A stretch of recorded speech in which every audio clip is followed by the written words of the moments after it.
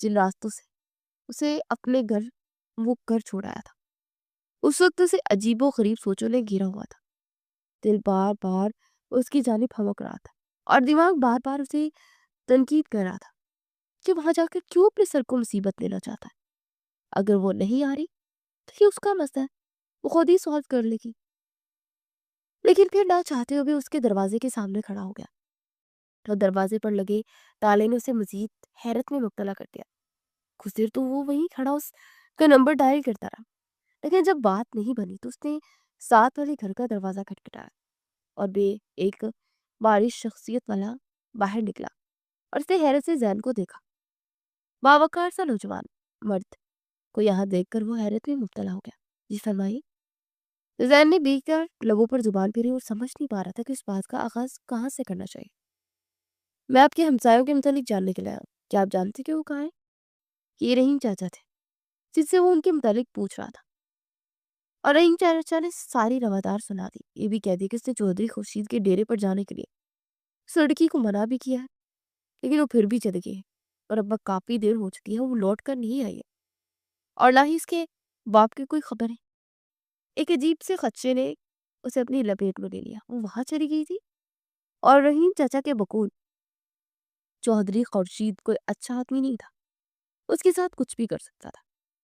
اس کا باپ پہلے ہی اگر اس کی حراست میں تھا تو پھر بیٹی کا وہاں پہنچ جانا اس کے لیے مصیبتیں کھڑی کر سکتا تھا۔ عجیب بددماغ سی لڑکی ہے، سماج جاتے ہوئے اتنا تو احساس کرنا چاہیے کہ لڑکیوں کی عزت کتنی نازک ہوتی ہے۔ منہ میں بڑبڑاتے وہ فوراً سے گاڑی میں بیٹھا اور رحیم چاچا کو بھی اپنے ساتھ بٹھا لیا۔ رحیم چاچا اس بات سے خوفزدہ تھے کہ ان کا ساتھ دے کر وہ چودھری کی نظر میں نہیں آنا چاہتا، لیکن اس کے باوجود اسے اس بات کا اطمینان تھا کہ اگر اس بچی کی عزت بچ جائے تو اس علاقے کی عزت بچ جائے گی، کیونکہ چودھری خورشید کے ہاتھوں سے آج تک کسی کی عزت نہیں بچ پائی تھی۔ وہ عزتوں کو پامال کرنے والا شخص راستے میں اسے افتخار کے مزاج اور لڑکی کی محنت کے متعلق بتاتا چلا گیا، جبکہ وہ تو یہ سن کر ہی حیرت میں مبتلا تھا کہ وہ معصوم سی لڑکی جو اکثر اس کے سامنے بالکل خاموش آ کرتی، اس کی ڈانٹ ٹپٹ پر بھی خاموشی اختیار کر لیتی، اتنے کٹن مراحل سے گزر رہی تھی۔ اسے اس بات کا اندازہ ہی نہیں تھا۔ چودھری خورشید کے ڈیرے پر گاڑی رکتے وہ فوراً گاڑی سے باہر نکلا اور بلا ڈرے ان کی ڈیرے کی جانب بڑھ گیا۔ اس سے جاتے ہی ملازم سے کہا کہ چودھری کو جا کر بتائیں کہ افتخار کو بانجھا ہے، اور شاید یہ وہاں بیٹھے لوگوں کے لیے ایک عجیب انکشاف تھا، کیونکہ وہ جانتے تھے افتخار کا ایسا کوئی بانجھا نہیں، اور دیکھنے میں امیر کبھی نظر آنے والا شخص افتخار کو بانجھا کیسے ہو سکتا ہے۔ گارڈ ایک تفصیلی نظر اس پر ڈالی، پھر اندر جا کر چودھری کو بتایا، کہ فوراً اسے اندر آنے کا حکم دے چکا تھا۔ اس وقت وہ چودھری کے سامنے بیٹھا ٹانگ پر ٹانگ چڑھائے تنقیدی نظروں سے چودھری کا جائزہ لے رہا تھا، جبکہ چودھری بھی مونچھوں کو تاؤ دیتے کبھی ایک نظر اس پر ڈالتا تو کبھی رحیم کے پریشان چہرے پر۔ کیا بات ہے مولوی صاحب، انہیں یہاں پر کیوں لے کر آئے ہو؟ کوئی خاص وجہ؟ زین شاہ کو مخاطب کرنے کے بجائے چودھری نے ڈائریکٹ مولوی کو مخاطب کیا۔ افتخار احمد اور اس کی بیٹی تمہارے پاس ہے نا، اور مجھے ان کے بارے میں جاننا ہے۔ اس نے دو ٹوک انداز میں بات کی، لہجہ باوقار اور روب دار تھا۔ چودھری نے سر تپیر اس کا جائزہ لیا اور پھر ہنستے ہوئے ٹیک چھو کر جھکتے ہوئے اس کے چہرہ دیکھنے لگا۔ افتخار نے رات ایک باری رقم جوئے میں ہار دی ہے، وہ رات سے ہمارے پاس ہے، جب تک رقم ادا نہیں کرے گا وہ یہاں سے نہیں جائے گا، اور رہی بات اس کی بیٹی کی، تو جب تک وہ رقم ادا نہیں کرے گا اس کی بیٹی کو آزاد نہیں کیا جائے گا۔ وہ چودھری خورشید کے قبضے میں ہے۔ چودھری کی آنکھوں سے ہی خباثت ٹپک رہی تھی، اور وہ نہ جانے کیوں اس کی غلیظ مسس کا ذکر سن کر اندر تک چل گیا۔ سلگتی ہوئی نظر سے چودھری کا چہرہ دیکھا اور پھر ایک بلینک چیک اس کے آگے رکھ دیا۔ وہ ایک غیر لڑکی کے لیے اتنی بڑی رقم ادا کر رہا تھا، اسے ایک پل کے لیے بھی نہیں سوچا۔ اس رقم کے واپس ملنے کی امید بھی نہیں تھی، لیکن چودھری جس طرح لالچ بھری نظروں سے زینت کا ذکر کر رہا تھا، اسے یہ بات گویا آگ میں جلا رہی تھی۔ تمہاری رقم اب ادا ہو گئی ہے، انہیں فوراً آزاد کر دو۔ یہ پہلی بار تھا جب کوئی چودھری خورشید کے سامنے حکم چلا رہا تھا، لیکن وہ بے بس تھا۔ اس نے رقم کی ڈیمانڈ بھی کی اور رقم اس کے سامنے تھی، حالانکہ کچھ دیر پہلے سے وہ زینت کو دیکھ کر بری طرح سے اس پر فریفتہ ہوا تھا اور اسے خباثت سے دیکھتے اس کا بازو پکڑ کر اسے اپنے قریب ہی کر لیا تھا۔ یہ تو بڑے کام کی چیز ہے، افتخار کے پاس اسے بھی اپنے پاس ہی رکھ لو۔ ایک دو جشن اگر اس کے ساتھ منا لیتے ہیں تو بیچارے افتخار کا قرض بھی ختم ہو جائے گا اور اس کی جان بھی چھوٹ جائے گی اور اس کی پریشانی بھی ختم۔ اور ایک وہ کہکا لگاتے اس نے ملازم کو زینت کو وہاں لے جانے کا حکم دیا، جبکہ وہ تڑپتے ہوئے خورشید کے قدموں میں گر گئی۔ خدا کے لیے میرے ابا کو چھوڑتے مجھے جانے دے، جتنی بھی رقم گی میں ادا کر دوں گی، لیکن میں یہاں ابا کو لینے آئی۔ وہ خورشید سے ملاقات کرنے کے لیے آئی تھی اور یہاں اگر اسے سنگین حالات کا علم ہوا تھا۔ خورشید نے ملازم سے کہہ کر اسے اسی کمرے میں ڈلوا دیا۔ رات پر افتخار نشے میں دھت لیٹا ہوا تھا۔ اپنے باپ کو دیکھ کر اس نے جھنجھوڑنے کی اسے کوشش کی۔ اسے چاہ کہ اس کا باپ ہوش کے ناخن لے۔ اسے اندازہ ہو کہ اس کی عیاش طبیعت کی وجہ سے آج اس کی بیٹی اس کے سودے میں آ چکی ہے، لیکن افتخار نے بس ایک نظر اس پر ڈالی اور دوبارہ آنکھیں بند کر لی، جس سے اس کے یہاں آنے سے اسے کوئی سروکار ہی نہ ہو۔ اور زینت بری طرح سے اب خوف میں مبتلا تھی۔ اس کا موبائل بھی گھر رہ گیا تھا اور اب اس کے پاس کوئی راستہ نہیں تھا۔ اس نے سوچ لیا تھا کہ چودھری اس کی عزت کو تار تار کر دے گا، وہ یہاں سے واپس نہیں بچ پائے گی۔ خوف سے روتے اس نے نہ جانے کتنی بار اس ہمدرد شخص کو پکارا جو اس کے لیے آخری سہارا ثابت ہو سکتا تھا، اور شاید یہ اس کی دل کی پکار تھی جو زین شاہ کو وہاں تک چھوڑ گئی تھی اور وہ یہاں اس کی خاطر پہنچ چکا تھا۔ کچھ ہی دیر کے بعد جب ملازم اسے لینے کے لیے آیا تو نہ صرف اسے بلکہ ملازم نے افتخار کو بھی جھنجھوڑتے ہوئے جگایا اور اپنے ساتھ گھسیٹا، اور جب وہ اسے نیچے لے کر آیا اور ساتھ ہی زین شاہ کے قدموں میں ڈال دیا تو وہ حیرت سے بالکل ساکت رہ گئی۔ سامنے بیٹھا ہوا زین شاہ اس کے لیے گویا کوئی فرشتہ ثابت ہوا تھا۔ وہ جلدی سے آگے بڑھتے اس کی پچھ سے چمٹ گئے۔ سر، مجھے پلیز یہاں سے لے کر جائیں، یہ لوگ میری عزت اتارنا چاہتے ہیں، سر پلیز۔ اسے ہاتھ جوڑتے ہوئے زین سے التجا کی، جبکہ زین اسے اپنی باہوں میں چھپا لیا۔ خورشید کا چہرہ دیکھتے اس نے نفرت سے منہ پھیر لیا۔ وہ ابھی تک نشے میں دھت تھا، ایک عیاش شخص جس کی خاطر ایک بار اس کی بیٹی اپنی عزت کا سودا کر چکی تھی اور اسے کچھ بھی وعید نہیں تھی کہ وہ کیا کرتا۔ واپسی کا سفر چپ چاپ طے ہوا اور وہ پورا راستہ ہی روتے رہی، سر جھکا کر رونے کے علاوہ اس کے پاس اب کوئی راستہ نہیں تھا۔ دل پوری طرح سے دھڑک رہا تھا، اگر آج زین وقت پر نہ پہنچتا تو نہ جانے خورشید چودھری اس کے ساتھ کیا کرتا، اور ویسے بھی اب تو وہ اس کی نظروں میں آ چکی تھی۔ اسے یقین تھا کہ وہ اسے اپنے ہاتھ سے اتنی آسانی سے جانے نہیں دے گا، اور اس کا باپ وہ کب اپنی خصلتوں سے باز آنے والا نہیں تھا۔ اس نے دروازے کے سامنے سے اتارا اور اپنا سہارا دے کر اسے گھر کے اندر لے کے آیا۔ وہ بے حد شرمندہ تھی، خوف کا شکار اور مایوسی میں لپٹی ہوئی۔ رحیم چچا اس کے سر پر ہاتھ رکھتے بولے، خدا آپ کا بھلا کرے، آپ نے جتنی رحم دلی کا مظاہرہ کیا اللہ آپ کو ضرور اجر دے گا۔ رحیم چچا اس سے مخاطب تھا، جبکہ وہ بس سر جھکا اس روتی لڑکی کو دیکھ رہا تھا جو نہ جانے کیوں دل میں ایک عجیب سا درد اس سے دیکھ کر پھیل رہا تھا۔ اسے درد ہونے کے باعث اس کی سرخ رنگت سے خوف بھی تھر تھراتا وجود، اندھیرے میں لپٹا ہوا ماضی شاید ایک جال لگا تھا۔ اس نے فیصلہ کرنے میں یہ جلد بازی میں کیا تھا یا پھر جو بھی، اسے وہ کہہ دیا کہ وہ سر اٹھا کر ساکت لفظوں سے بس زین شاہ کی آنکھوں میں دیکھتے رہی، نکاح کرو گی مجھ سے؟ یہ زین شاہ تھا جس کی موجودگی میں وہ گھبرا کر کوئی نہ کوئی پناہ تلاش کرنے لگ جاتی۔ آج اسے نکاح کی پیشکش کر رہا تھا اور رحیم چاچا تو نہال ہی کھڑے تھے۔ میرا بیٹا، اس سے زیادہ اچھا تمہیں سہارا نہیں مل سکتا، تمہارے باپ سے امید رکھی جا سکتی نہیں ہے۔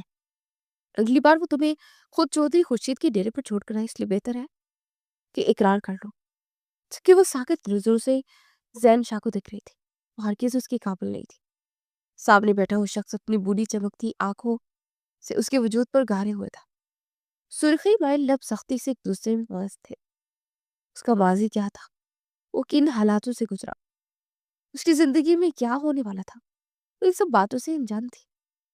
رحیم چچا نے اس کے سر پر ہاتھ رکھا، اس نے ماں کا سرخ دوپٹہ اپنے سر پر اوڑھ لیا، اور آج وہ ہونے والا تھا جس کے بارے میں اس نے کبھی نہیں سوچا تھا۔ زین شاہ نے اسے اس وقت اپنی زوجیت میں لے لیا۔ اسے چاہا تھا کہ اس کا باپ سرپرست بن کر اس کے پاس بیٹھے، لیکن اس وقت بھی اس نے زین شاہ سے اتنی بڑی ڈیمانڈ کی کہ وہ حیرت سے اپنے باپ کا چہرہ دیکھتے رہے۔ ابا، یہ ہمیں خورشید چودھری کے ڈیرے سے آزاد کر کے لے کر آیا۔ اسے باپ کو سمجھانا چاہا لیکن وہ اپنی ضد پر اٹکا ہوا۔ 50,000 لوں گا اور تبھی اس نکاح کی اجازت دوں گا۔ اور بالآخر زین نے 50,000 اس کے حوالے کر دیے اور اس وقت وہ پورے حقوق کے ساتھ زینت زین شاہ بن چکی تھی۔ وہ لاوارثوں کی طرح اس گھر سے رخصت ہو گئی۔ اسے اپنی ماں کی یاد شدت سے ستا رہی تھی۔ کاش اگر آج اس کی ماں زندہ ہوتی تو اسے لاوارثوں کی طرح زین شاہ کے ساتھ نہ جانا پڑتا، لیکن پھر بھی اس کی شخصیت نے اسے عزت دی تھی۔ اس کا محسن تھا اور عزت دار گھرانے کی بیٹی اپنے محسنوں کو نہیں بولتی۔ ڈرائیونگ سیٹ پر بیٹھا وہ شخص خود سے خود ہی جنگ لڑ رہا تھا۔ صرف وہی جانتا تھا کہ اس کا دل جب وہ چپ چاپ اپنے ہاتھ کی لکیروں کو بھول رہا تھا جس میں زین شاہ کا نام درج تھا، اسے اندازہ ہی نہیں ہوا۔ گاڑی ایک شاندار بنگلے کے سامنے آ کر رکی اور اس بنگلے کو دیکھ کر اس کی آنکھیں پھٹی کی پھٹی رہ گئی۔ اس نے اپنے وہم و گمان میں بھی نہیں سوچا تھا کہ زین شاہ کا گھر اتنا بڑا ہوگا۔ اس نے آج سے پہلے اتنا بڑا گھر دیکھا ہی نہیں تھا۔ خواب و خیالوں میں بھی کبھی نہیں سوچا بھی نہیں تھا کہ وہ ان میں کبھی جا پائے گی۔ وہ گاڑی سے چپ چاپ اتر آئی اور زین کی پیروی میں قدم اٹھاتی اندر داخل ہوئی۔ دل شدت سے دھڑک رہا تھا۔ گھر میں داخل ہوتے زین نے ملازم کو آواز دی اور وہ ایک آواز پر دوڑی چلی آئی۔ وہ بس حیرت سے اس شخص کی پشت پر کھڑی تھی جس نے نکاح کرنے کے باوجود بھی سے آنکھ اٹھا کر نہیں دیکھا تھا۔ وہ نہیں جانتی تھی کہ اس رشتے کے حوالے سے وہ کن احساسات کا شکار ہے، لیکن اسے ملازم ماں کو اشارہ کرتے کہہ دیا تھا کہ اسے کمرے میں پہنچا دے اور وہ خود نائلہ بیگم کے کمرے کی جانب بڑھ گیا۔ عمومی طور پر وہ اس وقت دوا لے کر سو چکی ہوتی تھی، لیکن وہ گھر آنے کے بعد سب سے پہلے ان سے ملاقات کرنا چاہتا تھا۔ وہ ان کے کمرے میں داخل ہوتے ہی انہیں گہری نیند میں سوتا ہوا پایا تو چپ چاپ اپنے کمرے میں چلایا۔ دل و دماغ پر ایک جنگ چھڑی ہوئی تھی۔ اس کی زندگی میں ایک لڑکی شامل ہو گئی تھی، ایک ایسی لڑکی جو اب جائز طریقے سے اس کی بیوی تھی، لیکن دل تھا کہ بار بار ہمکتے ہوئے اسے باور کروانے کی کوشش کر رہا تھا کہ اس کی زندگی میں آئی ہوئی پہلی لڑکی کا ستم اتنا زخمی کر دینے والا تھا کہ وہ دوبارہ کسی پر بھی بھروسہ نہیں کر سکتا تھا۔ علیزے اس کی زندگی میں بہار کی نوید جیسی تھی۔ یونی لائف سے اسے پہلا کرش علیزے جہانگیر پر تھا۔ وہ اس قدر خوبصورت تھی کہ زین شاہ کے ساتھ اس کی جوڑی جمتی تو دنیا دیکھتے رہ جاتی، اور ایسا ہی ہوا۔ زین نے چند ہی ملاقاتوں کے اندر اندر اسے نہ صرف دل دے دیا بلکہ اسے کھلے لفظوں میں پرپوز کرتے ہوئے کہہ دیا کہ وہ بری طرح اس پر دیوانہ ہو چکا ہے۔ اب اگر اس کی محبت کو تسلیم نہیں کرے گی تو وہ ٹوٹ کر بکھر جائے گا۔ اور اس نے چمکتی ہوئی آنکھوں سے اسے دیکھا اور خود کو اس کی باہوں میں چھپا لیا۔ محبت اس پر ٹوٹ کر مہربان ہوئی۔ دن بدن ملاقاتوں نے زور پکڑا۔ علیزے کے منہ سے نکلتی ہر بات اس کے لیے حرف آخر کا درجہ رکھتی۔ وہ ہر ایک خواہش کی تکمیل کرتا۔ گھر والوں سے بات کرنے کے بعد اس نے رضا شاہ اور نائلہ بیگم کو بھی راضی کر لیا، اور وہ تو پہلے ہی اپنی بیٹی کی خوشی میں خوش تھے۔ فوری طور پر علیزے کے گھر رشتہ لے کر چلے گئے اور علیزے کے والدین نے بھی زین شاہ کے ساتھ رشتے پر حامی بڑھی۔ محبت اتنی آسانی سے اسے مل جائے گی اس نے کبھی سوچا بھی نہیں تھا۔ دونوں کی باقاعدہ منگنی کی رسم رکھی گئی اور علیزے کو اس کے نام کی انگوٹھی پہنا دی گئی۔ وہ بے حد خوش تھا، اس قدر خوش کہ آج سے پہلے سے اتنا خوش شاید کسی نے دیکھا نہ ہو۔ اس کے نام سے منسوب ہو چکی تھی۔ محبت اسے ملنے جا رہی تھی اور وہ اس سے بڑی خوشی کی بات آخر کیا ہو سکتی تھی۔ وہ تو اس طرح محبت کا بھرم قائم رکھے ہوئے تھا جب تک کہ وہ دن نہ آیا، اور وہ دن بھی اس کی زندگی میں شدید طوفان لانے والا دن تھا۔ اس روز وہ اپنے دوست شراز سے ملاقات کرنے کے لیے گیا۔ شراز اور اس کے درمیان گہری دوستی تھی، بلکہ یہ کہنا بجا ہوگا کہ اگر دنیا میں اس کا کوئی مخلص دوست تھا تو وہ شراز تھا۔ شراز کی فلائٹ پر وہ اسے بنا بتائے چلے گیا اور ہمیشہ کی طرح اپنے پاس موجود ڈپلیکیٹ چابی کا استعمال کرتے ہوئے اس نے دروازہ کھولا۔ اندر داخل ہوا، لیکن اندر کا منظر دیکھ کے اس کے قدم جم گئے۔ وہ دونوں شراز کے کمرے میں موجود تھے۔ علیزے کی بکھری حالت دیکھ کر اسے اپنی دھڑکنیں ساکت ہوتی نظر آئے۔ وہ بری طرح شراز پر حاوی ہو رہی تھی، جبکہ شراز بھی نہ چاہتے ہوئے بھی جذبات سے مجبور ہو کر اسے سمیٹ رہا تھا۔ علیزے، مجھے یہ سب کو اچھا نہیں لگتا۔ اگر کسی روز زین کو اس معاملے کا علم ہو گیا تو بہت برا ہو جائے گا۔ تو ابھی بھی خوف کا شکار تھا جب علیزے نے بے باکی سے آگے بڑھ کر اس کے لبوں کو چھو لیا۔ مجھے تم اچھے لگتے ہو، ہمارے درمیان پسندگی، ہم فزیکلی اٹیچ ہے، تو اس میں میرا کیا قصور ہے؟ اور ویسے بھی میں اس کی منگیتر ہوں، کوئی ملکیت نہیں جو مجھے کسی کے حوالے نہیں کر پائے گا۔ یہ علیزے کے الفاظ تھے، وہ علیزے جو اس کی نس نس میں سما چکی تھی۔ لڑکی اس طرح بھی بے باک ہوتی ہے۔ ایک ایسا امیج اس کے ذہن پر سوار ہوا کہ اس کے بعد وہ ہر لڑکی سے نفرت کرتا چلا گیا، خاص طور پر ان چہروں سے جو اس کی قربت حاصل کرنے کے لیے اس کے قریب بتکتے۔ علیزے کے علاوہ بری طرح شراز کی گردن پر بکھرے ہوئے تھے، اور وہ اپنا آپ اس کے حوالے کر رہی تھی، اور شراز اسے سمیٹ رہا تھا، اور اس نے کچھ بھی نہیں کہا، چپ چاپ وہاں سے واپس لوٹ آیا، اور اگلے ہی دن اور اس علیزے نامی کانٹا اپنے حلق سے نکال دیا۔ محبت چاہے جتنی بھی مشکل تھی، لیکن اسے ایک رات کی اذیت بڑی تکلیف نے اسے باور کروا دیا کہ وہ اس کے قابل نہیں ہے۔ اسے جیسے تیسے اسے خود سے الگ کر دیا، اور شاید یہ اس کے حق میں بہتر تھا۔ اس کے بعد اس نے لالہ بیگم کے کہنے کے باوجود کبھی کسی عورت پر اعتماد نہیں کیا، اور آج یہ معصوم لڑکی بھی نہ جانے کہ اسے ایک عجیب سی کیفیت میں مبتلا کر رہی تھی۔ سامنے ہی لالہ بیگم کی ملاقات زینت سے ہو گئی، اور وہ ان کے سامنے ڈری سہمی سر چکائے کھڑی تھی۔ یہ لڑکی کون ہے زین؟ انہوں نے ایک عرصے بعد اس گھر میں کسی لڑکی کی آمد کو دیکھا تھا، اور وہ بھی اپنے بیٹے کے ساتھ۔ دل تھا کہ دھڑک رہا تھا سرشار ہو کر۔ ان کے لیے بیٹے کی زندگی سب سے بڑی حیثیت رکھتی تھی، اور وہ چاہتی تھی کہ ان کی زندگی میں خوشیاں دستک دے۔ اور اس سے نکاح کر چکا ہوں ماما، یوں سمجھ لے کہ اس کا میرے سوا کوئی نہیں ہے۔ وہ بس چپ چاپ کھانا کھاتا رہا، اور یوں وہ کٹہرے میں کھڑی تھی گویا کوئی مجرم ہی۔ اس شخص نے تو اس پر توجہ دینا بھی ضروری نہیں سمجھا تھا۔ آؤ بیٹا، کھانا کھاؤ، ادھر آؤ، میرے پاس بیٹھو اور مجھے اپنے متعلق کچھ بتاؤ۔ لالہ بیگم کی شفیق آواز پر اس نے سر اٹھا کر نم آنکھوں سے نائلہ بیگم کو دیکھا، اور پھر ان کے قریب ہی بیٹھ گئی۔ لالہ بیگم اس کی جھجک کو ختم کرنے کے لیے اسے ہلکے پھلکے سوالات کر رہی تھی، اور وہ جواب دیتے آہستہ آہستہ کھانا کھا رہی تھی۔ کھانا کھانے کے بعد وہ دوبارہ اٹھ کر کمرے میں چڑھ گئی۔ لالہ بیگم نے اس بات کو نوٹ کیا تھا کہ زین کے کمرے میں نہیں گئی۔ انہوں نے فوری طور پر زین کو اپنے کمرے میں طلب کیا، اس رشتے کی حقیقت کے متعلق جاننا چاہا۔ جب زین نے سر جھکا کر انہیں ساری بات بتا دی۔ اگر تم مجھ سے نکاح کر چکے بیٹا، تو پھر اسے حق زوجیت دو، اسے اپنے کمرے میں لے جاؤ، وہ تمہاری بیوی ہے۔ میں اس بات سے مطمئن ہوں کہ تم نے اپنی زندگی میں کسی کو شامل کرنے کا فیصلہ کر لیا۔ وہ تو اس بات پر سرشار تھی کہ ان کے بیٹے کی خزاں رسید زندگی میں بہار کے پھول کھلنے کی امید ہوئی تھی۔ وہ صرف اب میری بیوی ہے، میرے نکاح میں ہے، اس گھر میں رہے گی، اس کے پاس کوئی سہارا نہیں تھا۔ میں نے اسے سہارا دیا، لیکن نہر سے اپنی زندگی میں داخلت نہیں دے سکتا۔ اسے اپنا فیصلہ نائلہ بیگم کے سامنے رکھ دیا، لیکن پھر بھی اگر تم نے اس سے نکاح کیا ہے تو میں چاہتی ہوں کہ چند دنوں کے اندر اندر ولیمے کی پارٹی ارینج کرو، اور اپنے دوستوں احباب میں اسے اپنی بہو کے طور پر متعارف کرواؤ، اور پھر وہ تمہارے کمرے میں رہے گی۔ میں نہیں چاہتی کہ اس چھت تلے رہتے ہوئے وہ کسی کی حق تلفی ہو۔ انہوں نے کڑے لہجے میں کہہ دیا، اور وہ چپ چاپ وہاں سے چلا آیا۔ وہاں سے مزید ضد نہیں کر سکتا تھا، اور اچھی طرح جانتا تھا کہ اس کی بیمار ماں کے بھی نہ جانے کتنے سپنے ہوں گے۔ اب اگر نکاح کر لیا ہے تو یہ سب کرنے میں کوئی حرج نہیں تھا۔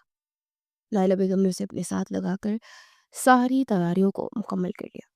اسے ایک ایک چیز شوق طریقے سے پرشوق طریقے سے دکھا کر پسند کروا رہی تھی، گویا کہ ان کی پسند کی بہو، اور وہ تو نائلہ بیگم کی محبت سے ہی سرشار تھی۔ 2 دنوں کے اندر اندر اس کی جھجک ختم ہوگی، لیکن ان زین کے حوالے سے پریشان تھی۔ لالہ بیگم نے اسے کہا کہ اسے زین کی قربت کے لیے خود محنت کرنا پڑے گی، اسے آگے بڑھ کر اس کی محبت کو حاصل کرنا پڑے گا۔ وہ شخص اس کا موصل ہے تو اس کا بھی حق بنتا ہے کہ اس کی زندگی میں شامل ہو کر ساری محرومیوں کا خاتمہ کرے۔ ہلکی گلابی رنگ کی شاندار سی میکسی اس کے ولیمے کے لیے منتخب کر لی گئی۔ ظاہری سی بات ہے، اسے کوئی عروسی لباس پہن کر دلہن کا روپ نہیں ڈالا تھا، تو اب کسی بھی طرح کا ہلکا رنگ پہننا اچھا نہیں لگے گا۔ اس سے لالہ بیگم نے اس رنگ کا انتخاب کیا، اور یہ میکسی اس قدر خوبصورت تھی کہ وہ نہ جانے کتنی دیر اس پر ہاتھ پھرتے اپنے جذبات سنبھالتی رہی۔ اسے سوچا بھی نہیں تھا کہ زین کی ماں اسے یوں اتنا جلدی قبول کر لے گی۔ زین نے کسی بھی طرح کی کوئی دلچسپی نہیں دکھائی، حالانکہ لائلہ بیگم کے کہنے کے باوجود یوں چپ چاپ اکھڑے مزاج کے ساتھ جواب دے کر دور چلا جاتا، اسے اگنور کرتا، اس کے پاس آنے پر رخ پھیر کر اسے کمرے سے نکال دیتا، اور وہ چپ چاپ آنسو بہاتی واپس چلی جاتی۔ وہ نہیں جانتی تھی کہ 2 دنوں کے اندر اندر لائلہ بیگم نے ان کا شاندار سا ریسپشن رکھا۔ ڈرائیور اسے پارلر سے لے کر آیا۔ شاید اس نے زندگی میں پہلی بار اتنا میک اپ کیا تھا۔ اس حسین میکسی میں خوبصورت تراش خراش سے کیے گئے میک اپ کے ساتھ وہ اتنی سحر انگیز لگ رہی تھی کہ اگر کوئی بھی اس کی سحر سے بچ نہیں پاتا۔ ڈرائیور نے اسے حویلی میں چھوڑا اور وہ ملازمہ کی مدد سے کمرے تک آ گئی۔ ابھی کچھ دیر تک اسے یہی رکنا تھا۔ نہ جانے زین کہا تھا، اسے صبح سے ہی زین کو نہیں دیکھا تھا۔ کچھ ہی دیر کے بعد نائلہ بیگم کمرے میں داخل ہوئی اور حیرت اور بے یقینی سے کھڑی اسے دیکھتی رہ گئی۔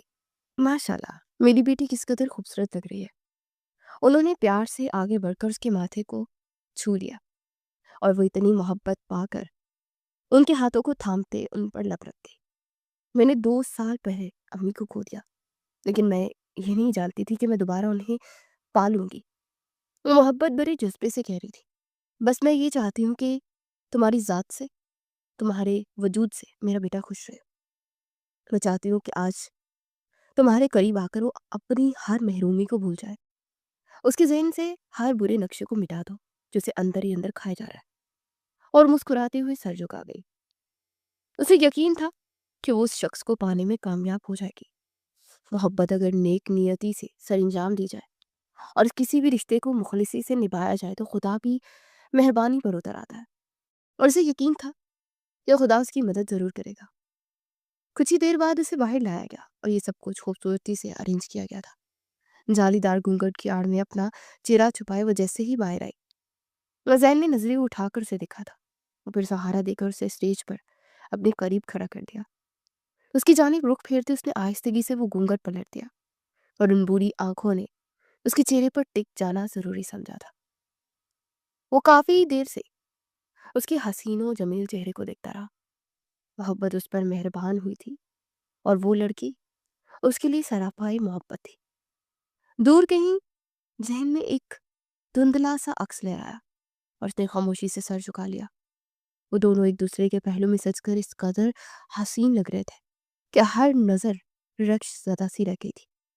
کوئی بھی نہیں جانتا تھا کہ زینت افتخار جو چند ماہ میں رہے صرف اس کی ایک سیکرٹری تھی، آج اس کی بیوی کی حیثیت سے اس کے پہلو میں موجود تھی۔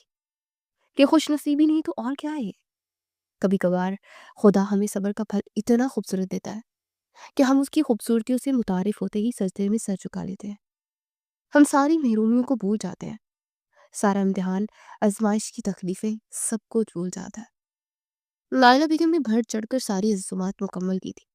ان کے سوشل سرکل میں انہوں نے اسے اپنی بہو کے طور پر متعارف کرایا اور تقریب ختم ہونے کے بعد سے اسے زین کے کمرے میں منتقل کر دیا گیا۔ کمرہ خوبصورت گلابوں سے سجایا گیا۔ سجی ہوئی سیج میں دھڑکتے ہوئے دل کے ساتھ وہ زین کی منتظر تھی۔ اس حویلی میں رہتے اسے 2 ہفتے ہو چکے تھے اور ان 2 ہفتوں میں اس شخص نے ایک بار بھی اپنا حق ظاہر نہیں کیا۔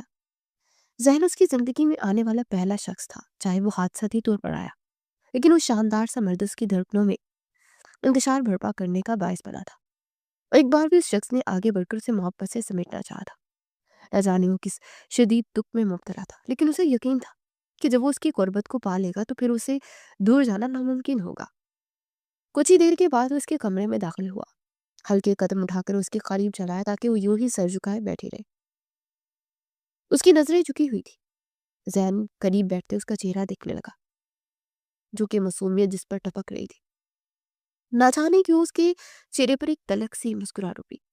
اب ان حسین اور معصوم چہروں سے اسے کوئی رغبت نہیں ہو رہی تھی۔ میں نہیں جانتا کہ یہ معصومیت میرے سامنے کب تک قائم رہے گی۔ زینت نے سر اٹھا کر اسے دیکھا۔